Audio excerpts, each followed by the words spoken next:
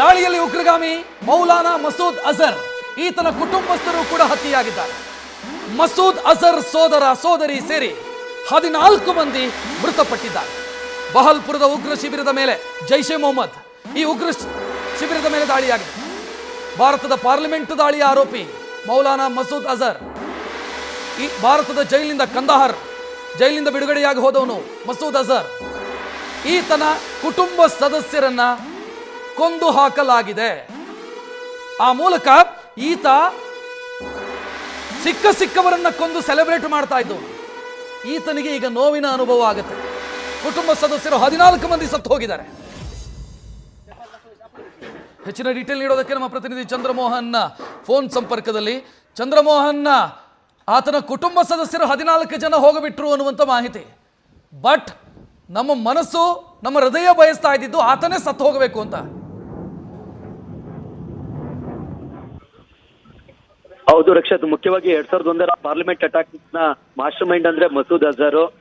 ಈತ ಜೈಷ್ ಇ ಮೊಹಮ್ಮದ್ ಸಂಘಟನೆಯ ಮುಖ್ಯಸ್ಥ. ಈ ಭಯೋತ್ಪಾದನಾ ಸಂಘಟನೆಯನ್ನು ಕೂಡ ಬ್ಯಾನ್ ಮಾಡಲಾಗಿದೆ. ಈತನ ಬವಾಲ್ಪುರ್ನ ಕ್ಯಾಂಪ್ ನ ಮೇಲೂ ಕೂಡ ಇವತ್ತು ಟೆರರ್ ಅಟ್ಯಾಕ್ ಭಾರತದಿಂದ ಏರ್ ಸ್ಟ್ರೈಕ್ ಅನ್ನು ನಡೆಸಲಾಗಿತ್ತು. ಈ ಏರ್ ಸ್ಟ್ರೈಕ್ ನಲ್ಲಿ ಮಸೂದ್ ಅಜರ್ನ ಕುಟುಂಬದ 14 ಮಂದಿ ಸಾವನ್ನಪ್ಪಿದ್ದಾರೆ ಅನ್ನೋ ಒಂದು ಮಾಹಿತಿ ಸಿಕ್ಕಿದೆ. ಮುಖ್ಯವಾಗಿ ಮಸೂದ್ ಅಜರ್ನ ಸೋದರ ಸೋದರಿ ಸೇರಿದಂತೆ ಆತನ ಕುಟುಂಬಸ್ಥರು ಸಾವನ್ನಪ್ಪಿದ್ದಾರೆ ಅನ್ನೋ ಒಂದು ಮಾಹಿತಿ ಸಿಕ್ಕಿದೆ.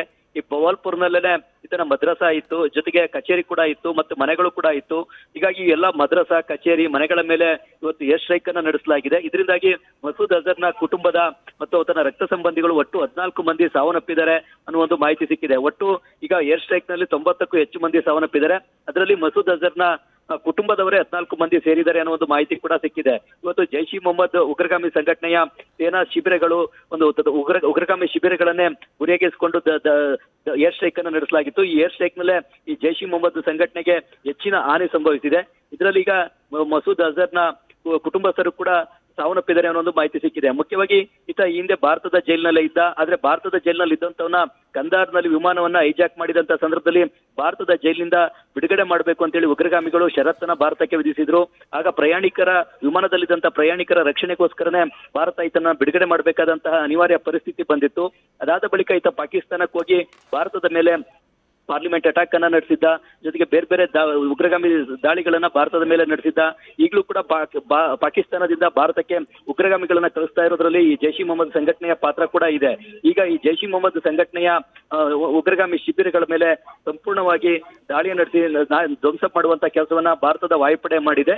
ಈ ವೇಳೆಯಲ್ಲಿ ಜೈಷ್ ಇ ಮೊಹಮ್ಮದ್ ಸಂಘಟನೆಯ ಮುಖ್ಯಸ್ಥನಾಗಿರ್ತಕ್ಕಂಥ ಈ ಮಸೂದ್ ಅಜರ್ನ ಕುಟುಂಬಸ್ಥರು ಕೂಡ ಸಾವನ್ನಪ್ಪಿದ್ದಾರೆ ಅನ್ನೋ ಒಂದು ಮಾಹಿತಿ ಸಿಕ್ಕಿದೆ. Rakshath, thank you Chandramohan.